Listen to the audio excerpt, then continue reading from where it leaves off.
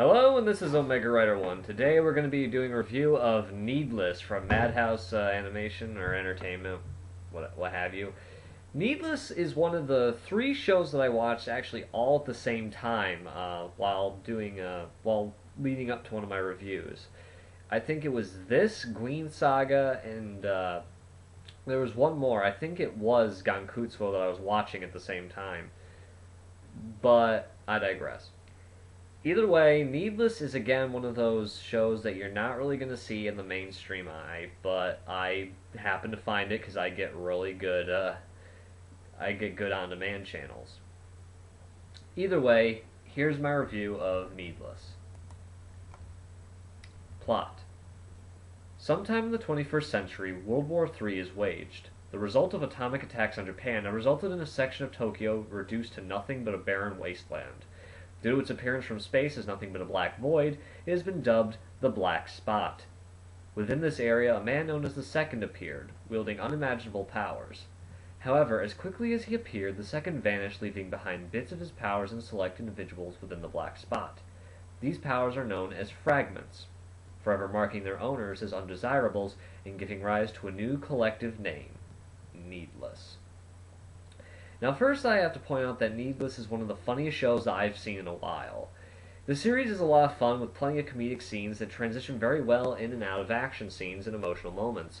While most of the storyline is pretty well paced, the end tends to drag on, mostly due to the expositional episodes, though the fight with the Girl Squad is one of my least favorite moments in the whole series, due to the length of time spent on relatively weak opponents. Overall, though, the plot moves along well, and due to the length of the series, it's not as drawn out as longer series or as underdeveloped as shorter ones. A 17 out of 20. Characters. Needless supports a large cast of characters with familiar and not so familiar powers and abilities. Characters like Adam Blade are none I've ever seen before, much to my surprise that they could even make a main character who is a lolicon likable.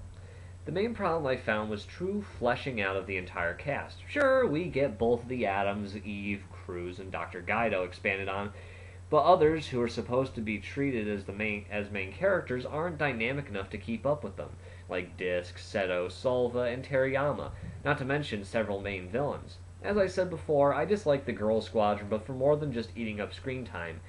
These three cunts are simply there for fan service, and yes, even the little girl's a fan service character, but probably for Adam. I give it an 8 out of 10. Art and animation. The anime is from Madhouse, so you already know that this is going to be a well-animated project. However, once more, there are slight issues.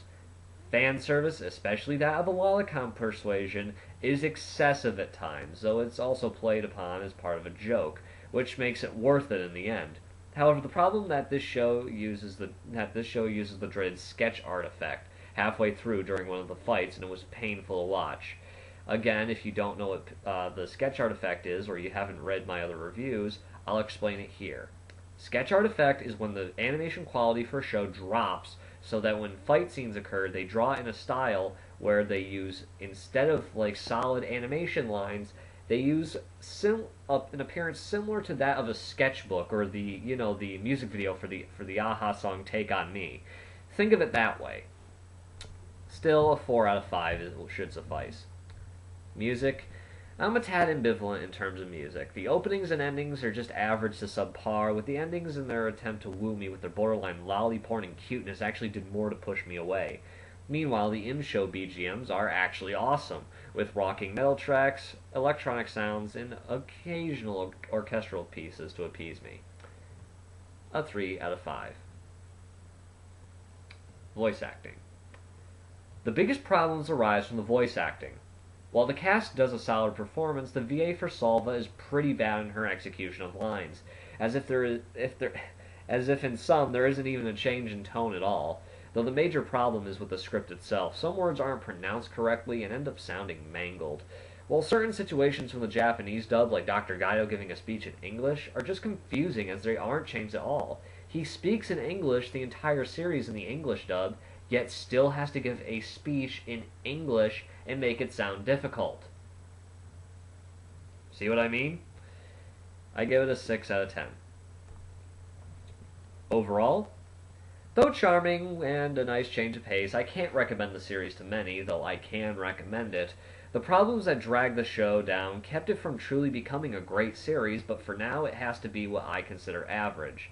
I give Needless a 7.6 out of 10. Stay tuned for next time as I begin to review Gween Saga. This is Omega Rider 1, and I'll be seeing you later.